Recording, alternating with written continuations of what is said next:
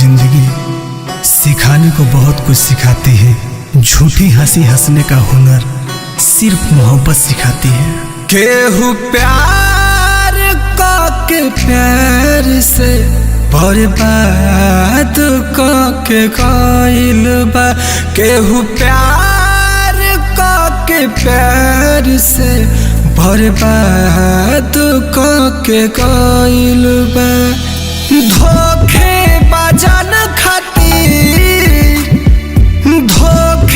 बाजन खातिर धोखा देल आसान भइल बा। केहू प्यार के प्यार से बर्बाद के कइल बा। केहू प्यार के प्यार से बर्बाद के कइल बा।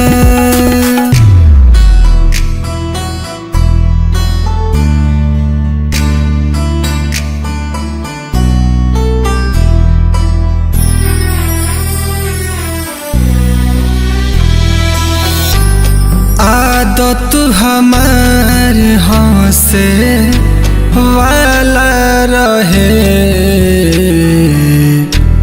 अब तो उहो छोड़ देले बनी।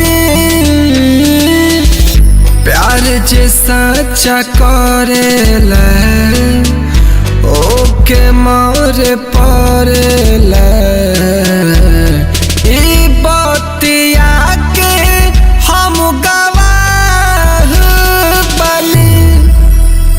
दोसरा खातिया हमके किनारे कइल बा।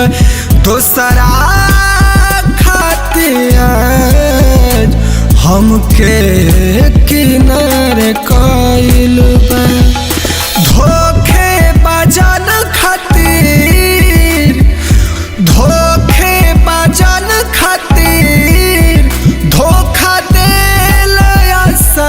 भइल बा। केहू प्यार के प्यार से बर्बाद के कइल बा। केहू प्यार के प्यार से बर्बाद के कइल बा।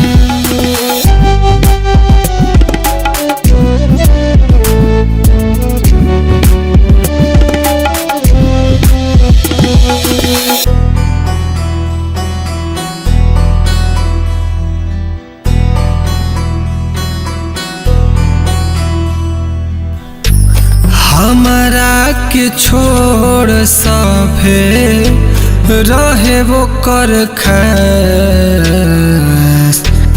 एहसास हमारा के करैले रहे,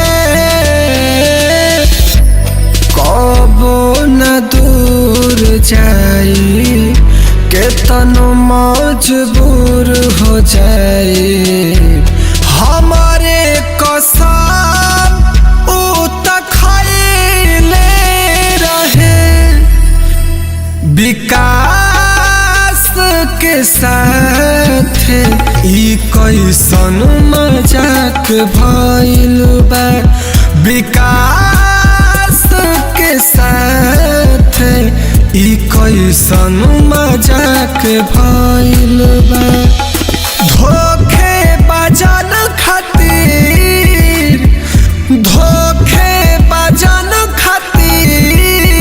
धोखा देल आसान भइल बा।